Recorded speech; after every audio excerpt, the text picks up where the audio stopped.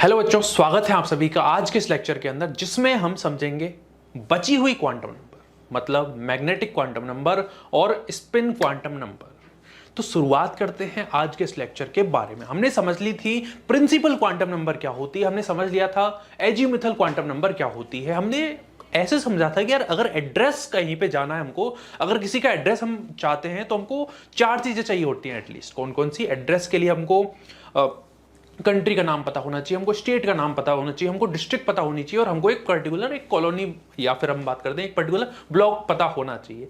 ऐसे ही यहां पर है, हमको चार चीजें चाहिए होती हैं। थोड़ा सा रिकॉल कर लेते हैं, हमको वो चार चीजें कौन कौन सी हैं। एन है, हमको एल चाहिए होता है, हमको एम एल चाहिए होता है और हमको एस चाहिए होता है, जिसको हम एम एस भी कह देते हैं। ये क्या है? हमारी प्रिंसिपल क्वांटम नंबर। ये क्या है? हमारी एजीमुथल क्वांटम नंबर। ये क्या है हमारी? ये है हमारी मैग्नेटिक क्वांटम नंबर। और एस क्या है? S is basically spin quantum number.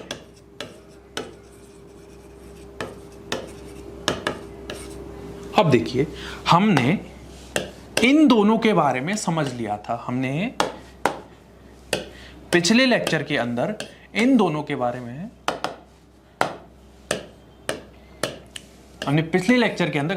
बारे में समझ लिया था। एन क्या होती है, एल क्या होती है। हमने एन को बता दिया। एन बेसिकली क्या है?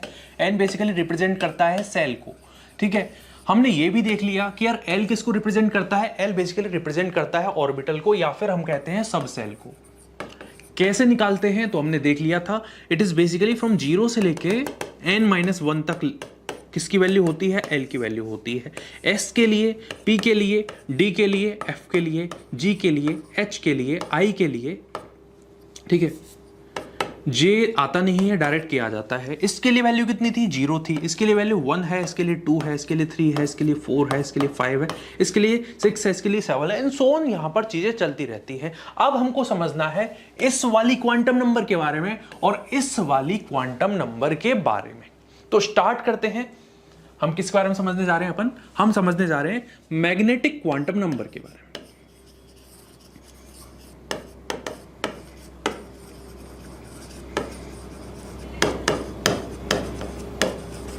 जिसको कि हम एम क्या बोलते हैं?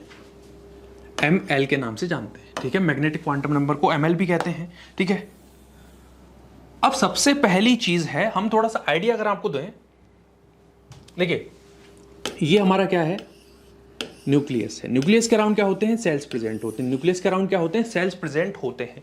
अब देखो ये क्या चीज है? बेसिकली ये न्यूक्लियस को रिप्रेजेंट कर रहा है, ठीक है। ये हमारा पहला सेल है, ठीक है। यहां पर n की वैल्यू 1 है, इसके लिए n की वैल्यू कितनी है? n की वैल्यू 2 है, इसके लिए n की वैल्यू कितनी है? 3 है। ये चीजें हमको क्लियर है, ये चीजें हमको बिल्कुल क्लियर है, कोई इसमें डाउट नहीं है। फिर मैंने आपको बताया था कि यहां से n का पता चल जाता है कि भाई साहब हमारा जो इलेक्ट्रॉन है, हम बेसिकली पूरी की जो कहानी रच रहे हैं वो किसके लिए रच रहे हैं? कहीं ना कहीं इलेक्ट्रॉन को फाइंड आउट करने के लिए, इलेक्ट्रॉन की लोकेशन फाइंड आउट करने के लिए कि इलेक्ट्रॉन एक्चुअल में कहां प्रेजेंट है एटम के अंदर। तो हमने सबसे पहले पता किया कि यार वो उस सेल के अंदर प्रेजेंट है। फिर सेल के अंदर हमने पता करने के बाद में हमने ये पता किया कि वो किस पर्टिकुलर ऑर्बिटल के अंदर प्रेजेंट है, किस पर्टिकुलर सबसेल के अंदर प्रेजेंट है। अब मुझे यहां पर आपको बताना पड़ेगा एस ऑर्बिटल के बारे में, पी ऑर्बिटल के बारे में, डी ऑर्बिटल के बारे में और एफ ऑर्बिटल के बारे में। एस जो ऑर्बिटल होता है इसके बारे में मैंने आपको बताया था, ये शार्प होता है, ठीक है। ये इसको नाम देते हैं अपन, कहते हैं भाई साहब प्रिंसिपल, कहीं ना कहीं, ठीक है। इसका जो एमिशन स्पेक्ट्रा था वो कैसा मिला था? यहां पर प्रिंसिपल, यहां पर मिला था डिफ्यूज, और यहां पर आपको मिला था फंडामेंटल। कैसा मिला है? फंडामेंटल। अब थोड़ी सी चीज, जो ऑर्बिटल होता है एक ऐसा रीजन है जहां पर इलेक्ट्रॉन के मिलने की जो पॉसिबिलिटी है या प्रोबेबिलिटी है वो मैक्सिमम होती है। इसकी जो स्ट्रक्चर है एस ऑर्बिटल की, एस ऑर्बिटल एक्चुअल में होता कैसा है वो जरा चीजों को समझिए। एस ऑर्बिटल होता है स्फेरिकल इन शेप। जो पी ऑर्बिटल होता है ये होता है हमारा डंबल शेप। डी ऑर्बिटल होता है डबल डंबल शेप। देखो डंबल जैसी स्ट्रक्चर नहीं, अगर मैं इसको मिडिल से पकड़ूं तो जैसे डंबल में दो चीजें होती हैं, दो पार्ट होते हैं, ये वाला, ऐसे ही यहां पर है। तो इसकी शेप कैसी हो गई? इसकी शेप है स्फेरिकल, हाँ। इसकी जो शेप है वो कैसी है, डम्बल शेप, डम्बेल शेप। इसकी जो शेप है ये that is double dumbbell shape. हाँ बिल्कुल शेप होती है इसकी, डबल डम्बल शेप इसको बोला जाता है। और इसकी शेप कैसी है, इसकी कोई पर्टिकुलर शेप नहीं होती, ये कहीं ना कहीं कैसा होता है, वैसे ही इसकी कोई खास स्ट्रक्चर होती नहीं है, ठीक है, मतलब कुछ भी मान सकते हो, डिफ्यूज टाइप की स्ट्रक्चर इसकी होती है, ठीक है।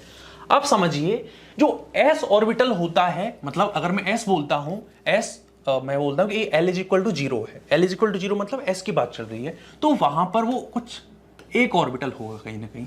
अब p के अंदर क्या होता है, अगर मैं कह दूं l की जो वैल्यू है वो 1 है ना, तो वहां पर अपन को चीजें और आगे लेके चलनी पड़ती है। यहां पे एंट्री होती है मैग्नेटिक क्वांटम नंबर की। सबसे पहली चीज है हमारे दिमाग में ये चीज आनी चाहिए, जो मैग्नेटिक क्वांटम नंबर है वो किस चीज के बारे में बताती है, that actually tell about the orientation, किसके बारे में बताती है, orientation of the electron in orbital, orientation in orbital. ये किसके बारे में बताती है, ओरिएंटेशन के बारे में बताती है। मतलब अगर मैं कहूं कि इलेक्ट्रॉन यहां किसी एस सब सेल के अंदर, पी सब सेल के अंदर, या डी सब सेल के अंदर, या फिर एफ सब सेल के अंदर प्रेजेंट है, लेकिन एफ सब सेल के अंदर भी कुछ ऑर्बिटल होंगे, कुछ एक, जैसे अपन बात करते हैं कि हम घर के अंदर हैं, लेकिन घर में भाई हम किचन के अंदर हैं, हम हॉल के अंदर हैं, हॉल में टीवी देख रहे हैं, या फिर किचन में कुछ खाना खा रहे हैं, या फिर हम बेडरूम के अंदर सो रहे हैं, ठीक है, तो वो चीज हमको फाइंड आउट करनी होती है। ऐसे यहां पर होता है कि जो p और s जो ऑर्बिटल होते हैं, उसके लिए s के अंदर s के अंदर टोटल नंबर ऑफ ऑर्बिटल, अगर मैं आपको लिखता हूं total number of orbital that is 1, ठीक है, p के अंदर, d के अंदर और f के अंदर। p के अंदर होते हैं 3, d के अंदर होते हैं 5 और यहां पर होते हैं 7, ठीक है। तो इस चीज को मैं मिटा देता हूं साइड से। अब चीजों को समझो और साइड बाय साइड हम इनके लिए क्या देख लेते हैं, यहां पर अपन देख लेते हैं ml की वैल्यू, ठीक है, मैग्नेटिक क्वांटम नंबर की वैल्यू भी देख लेते हैं। तो s के लिए क्या होता है, इसमें केवल एक ऑर्बिटल होता है। p में कितने होते हैं, p के अंदर 3 ऑर्बिटल होते हैं, ठीक है। इसके अंदर कितने होते हैं भाई साहब, अब बहुत सारे बच्चों के दिमाग में सारी बातें नहीं जा रही होंगी आई गेस, लेकिन आपको थोड़ा प्रोसेस करना है, बहुत आसान है, अगर आप ट्राई करोगे। देखो कितने हैं, 1 2 3 4 5 6 और यहां पर 7, ठीक है, तो ये 7 ऑर्बिटल। अब देखो क्या आपको इन s के लिए, p के लिए, d के लिए, f के लिए, आगे अपन को जाना नहीं है, इतने से काम चल जाता है केमिस्ट्री के अंदर, वैसे वो बहुत ज्यादा चीजें हो जाती हैं, इतना काफी है। अब देखिए जरा, हमको यहां पर इतना सा पता होना चाहिए कि इसके लिए l की वैल्यू कितनी है, इसके लिए l की वैल्यू कितनी है, तो आपको पता है 0 है, इसके लिए 1 है, इसके लिए 2 है, इसके लिए 3 है, ठीक है, इसके लिए 0 है, इसके लिए 1 है, इसके लिए 2 है, इसके लिए 3 है। अब देखिए जरा, यहां पर अगर 0 है तो इसके लिए ml की वैल्यू भी कितनी रहेगी, 0 ही रहेगी। s के लिए s में जो उसके लिए l की वैल्यू है वही उसके लिए ml की वैल्यू होती है। लेकिन यहां पर क्या होता है, जब अपन l की वैल्यू 1 रखते हैं तो आपको 3 ऑर्बिटल मिलते हैं। कौन कौन से ऑर्बिटल मिलेंगे यहाँ पर, ये आगे आप जब अपन बात करते हैं किस चीज की, केमिकल बॉन्डिंग की, तो वहां पर पर्टिकुलरली ऑर्बिटल की बात करेंगे कि px होगा, py होगा, pz होगा, उनके बारे में अपन डिटेल में पढ़ लेंगे। लेकिन यहां पर हमको क्वांटम नंबर के बारे में पढ़नी है, तो इसमें 3 क्वांटम नंबर होती है, 1 0 -1, या फिर आप -1 इधर से लिख सकते हो, उधर +1 लिख सकते हो, जैसा आपको पसंद आता है, ठीक है। मैग्नीट्यूड से लेना देना होता है। अगर आपने यहां पे -1 से स्टार्ट किया है तो यहां पर कितनी है वैल्यू, l की वैल्यू है यहां पर 2, तो आपको स्टार्ट करना है -2 इस ऑर्बिटल के लिए, इस ऑर्बिटल के लिए -1, इसके लिए 0, इसके लिए +1 और इसके लिए +2 यहां पर वैल्यू होगी। समझ में आ गई। अब आगे बढ़ते हैं, यहां पर देखिए l की वैल्यू कितनी है, 3 है सर, तो यहां पर होगा कुछ -3, -2, -1 0, +1, +2 एंड +3। मतलब हम ये कह सकते हैं जैसे l की वैल्यू है that actually depend on the n, तो इसके लिए अपन कह सकते हैं कि जो ml है, जो मैग्नेटिक क्वांटम नंबर है, that actually depend on the value of l which ultimately depend on the value of n।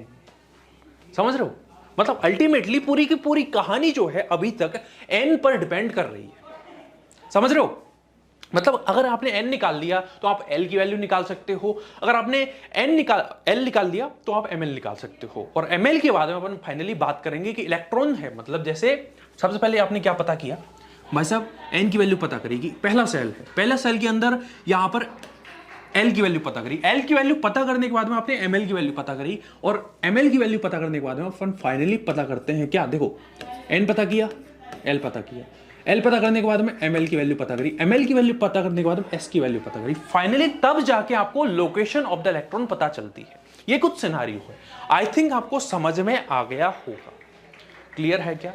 यहां तक चीजें आई थिंक अपन को क्लियर हो गई, ठीक है। ये चीज है, तो इसके बारे में अपन को बहुत ज़्यादा नहीं पढ़ना है, बस मतलब ओरिएंटेशन की बात करते हैं, इसके लिए बात करते हैं। तो अभी तक अपन ने ये समझा, आप n पता करोगे, n के बाद में l पता करोगे, फिर ml पता करोगे, फिर s पता करोगे। जैसे अगर मैं कहता हूँ यहाँ पर फॉर एग्जांपल 2 वैल्यू इसकी आई है, 2 के लिए आपको कौन कौन से ऑर्बिटल मिलते हैं, एक तो 2s मिलता है, 2p मिलता है। कैसे निकाला था पहले आपको बता चुका हूँ।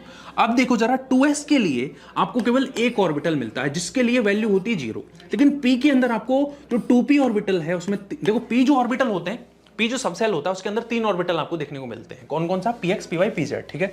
इसके लिए वैल्यू -1, इसके लिए माइनस, इसके लिए 0, इसके लिए +1, ये चीज है, ठीक है। अब फाइनली अपन बात करेंगे कि भाई साहब इलेक्ट्रॉन जो है वो अपवर्ड डायरेक्शन में जा रहा है या फिर डाउनवर्ड डायरेक्शन में जा रहा है। या तो वो क्लॉकवाइज, देखो इलेक्ट्रॉन जो है या तो ऐसे चक्कर लगाएगा न्यूक्लियस के, या फिर वो ऐसे चक्कर लगाएगा, या तो ऐसे चक्कर लगाएगा या फिर ऐसे चक्कर लगाएगा। तो ये आपको देखना पड़ेगा कि भाई साहब वो चक्कर कैसे लगाएगा, वो क्लॉकवाइज लगाएगा या फिर एंटी क्लॉकवाइज लगाएगा। उसके बारे में जरा चर्चा करते हैं। तो यहां पर हम चलने जा रहे हैं किसकी तरफ? मैग्नेटिक के बाद में यहां पर अपन स्टार्ट कर रहे हैं स्पिन क्वांटम नंबर, जो कि लास्ट है। स्पिन क्वांटम नंबर की बात करते हैं। स्पिन क्वांटम नंबर क्या कहती है? इसको एस से रिप्रेजेंट करते हैं, ठीक है। हाँ, एक चीज और, अगर आप बात करना चाहो कि ये किस साइंटिस्ट ने प्रपोज करी थी, कौन सी वाली मैं बात कर रहा हूं यहां पर, magnetic quantum number. This was proposed by the Zeeman नाम के साइंटिस्ट थे जिन्होंने यहां पर इसको प्रपोज किया था, ठीक है। स्पिन क्वांटम नंबर की बात करते हैं। तो स्पिन क्वांटम नंबर, जैसा कि मैंने आपको बताया, इट एक्चुअली टेल दैट कि जो हमारा इलेक्ट्रॉन है वो क्लॉकवाइज जाएगा या फिर एंटी क्लॉकवाइज जाएगा। इतना सा समझना है आपको, अगर आपको इलेक्ट्रॉन दिखता है, जैसे आपको यहां पर इलेक्ट्रॉन कुछ इस तरीके से दिखता है ऊपर, जैसे ये मेरा ऑर्बिटल है, इलेक्ट्रॉन आपको ऐसे दिख रहा है। दूसरी चीज, आपको यहां पर इलेक्ट्रॉन ऐसे दिखता है। तो इसके लिए क्या होता है, अगर आप बात करते हो इसकी बात, ठीक है, इसकी अगर बात करी तो this is actually clockwise direction, ठीक है, क्लॉकवाइज।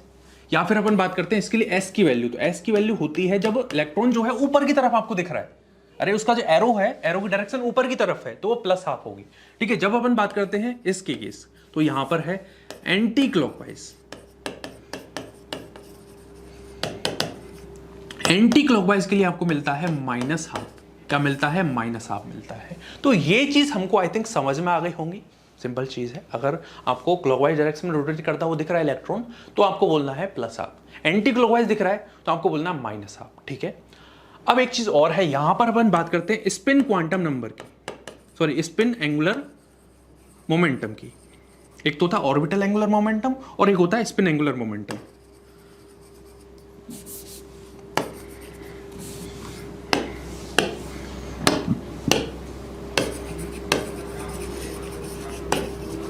तो यहां पर अपन बात करेंगे h/2 √L × L+1, ठीक है। या फिर अपन कह सकते हैं h×√L × L+1। तो ये चीज अपन को समझ में आई थिंक आ गई होगी। बहुत इजी चीजें हैं। मैंने आपको यहां पर मैग्नेटिक क्वांटम नंबर बताई, मैंने आपको यहां पर स्पिन क्वांटम नंबर बताई। तो फाइनली जो कंक्लूजन आता है पूरे दोनों की दोनों लेक्चर का, वो ये आता है कि अगर आपको एक इलेक्ट्रॉन की लोकेशन जाननी है किसी भी एटम के अंदर, तो आपको वहां पर 4 चीजों की रिक्वायरमेंट होगी। 1 is n, second is l, third is ml and fourth is s।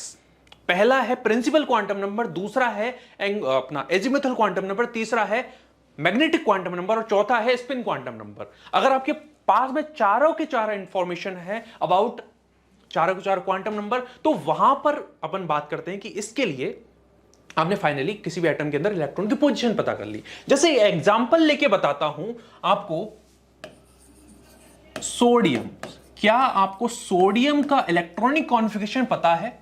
नहीं पता होगा, कोई बड़ी बात नहीं, लेकिन मैं आपको एक और एग्जांपल दूं, 1s2 2s2 2p6 3s1, ये होता है इसका इलेक्ट्रॉनिक कॉन्फ़िगरेशन। अब थोड़ा सा ये जो चीज है कहीं ना कहीं आप जब केमिकल पीरियोडिसिटी की बात करते हो उससे रिलेट करती है, ठीक है। तो यहां पर हम अगर इस इलेक्ट्रॉन की हम जानना चाहते हैं कि ये जो इलेक्ट्रॉन है, कौन सा वाला इलेक्ट्रॉन, ये वाला जो इलेक्ट्रॉन है, ये वाला, ठीक है। तो इसके लिए आपको चारों के चारों क्वांटम नंबर पता करनी है। चलो आपने क्या निकाला, 3s1, ठीक है। अब देखो जरा, यहां पर सबसे पहली चीज है, आपको n की वैल्यू कितनी दिख रही है? n की वैल्यू मुझे दिख रही है, मैं चारों के चारों चीजें लिख देता हूं, ml, और यहां पर है s, क्योंकि एग्जाम के अंदर ये बहुत आसान क्वेश्चन है, एग्जाम के अंदर आते हैं और हमसे होने चाहिए, ठीक है। तो यहां पर है n की वैल्यू 3, s की वैल्यू कितनी है, 0 है, ml की कितनी है, अरे यार s के लिए मैंने क्या बताई थी, s के लिए ml की जो वैल्यू है वो 0 होती है, ठीक है। तो यहां पर क्या है अपने पास में, 0 आ गई। और अब देखो, अगर s ऑर्बिटल की बात करता हूं तो एक इलेक्ट्रॉन है, आपको इलेक्ट्रॉन को इस तरीके से भरना है। अगर 2 इलेक्ट्रॉन आ गए सर तो आपको ऐसे भर देना है, लेकिन 2 इलेक्ट्रॉन तो यहां पे है नहीं, आपको सिंगल इलेक्ट्रॉन की बात चल रही है, तो यहां पर आपने बोल दिया प्लस हाफ। तो फाइनली आपको पता चला कि जो हमारा फाइनल इलेक्ट्रॉन है, जो बैलेंस इलेक्ट्रॉन है, मतलब आउटर मोस्ट इलेक्ट्रॉन जो होता है, इसकी बात करें अपन, तो यहां पर ये इलेक्ट्रॉन, इसके लिए n की वैल्यू 3 है, l की वैल्यू 0 है, ml की वैल्यू 0 है, यहां पर s की वैल्यू प्लस हाफ है। तो चारों की चारों क्वांटम नंबर आपको पता चल चुकी है, और आई थिंक आप यहां से फाइंड आउट कर सकते हैं कि इलेक्ट्रॉन की लोकेशन क्या है, इलेक्ट्रॉन की पोजीशन क्या है। आई थिंक समझ में आ गई होगा। अब जरा ये समझो, मुझे 2p6 के लिए पता करनी है। मैंने क्या लिया, नियोन का एग्जाम्पल ले लिया। नियोन का इलेक्ट्रॉनिक कॉन्फ़िगरेशन क्या होता है, 1s2 2s2। अभी मैं आपको बता रहा हूं, लेकिन जब अपन चीजों को और डिटेल में पढ़ लेंगे तो आपको अपने आप पता चल जाएगा, मुझे बताने की जरूरत नहीं पड़ेगी। तो अगर मैं 2p6 के लिए देखूं तो 2p6 यहां पर n की वैल्यू, l की वैल्यू, ml की वैल्यू और s की वैल्यू। n की वैल्यू कितनी है सर, 2 है। अब देखो जरा, यहां पर आपको ऑर्बिटल के अंदर इलेक्ट्रॉन भरने पड़ेंगे, तो मैं भर देता हूं, आपकी हेल्प कर देता हूं भाई। 1 2 3 4 5 6 इस तरीके से भर दिए। अब मुझे इस वाले इलेक्ट्रॉन के लिए, अब एग्जामिनर क्या करेगा, बोल देगा इस वाले इलेक्ट्रॉन के लिए मुझे चारों के चारों क्वांटम नंबर की वैल्यू निकाल के दिखाओ। तो देखो, n की वैल्यू निकाल दी, p की वैल्यू, अरे p के लिए 1 होती है कहीं ना कहीं, वो भी निकाल दी।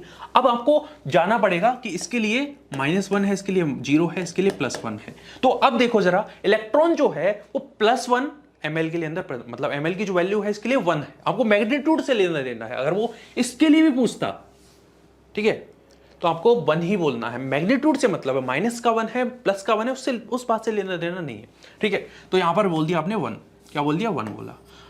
s की वैल्यू मैंने बोला है ये वाला इलेक्ट्रॉन, ये वाला जो इलेक्ट्रॉन है ये डाउनवर्ड डायरेक्शन में है, मतलब कैसा है, एंटी क्लॉकवाइज।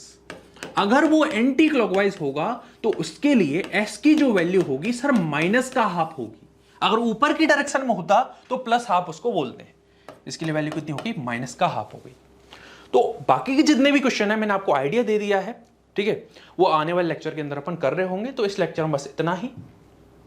जैसा कि हर लेक्चर के लास्ट में आप सभी से मैं कहता हूं, always remember to learn with a smile, and this is Gaurav Baswal signing of.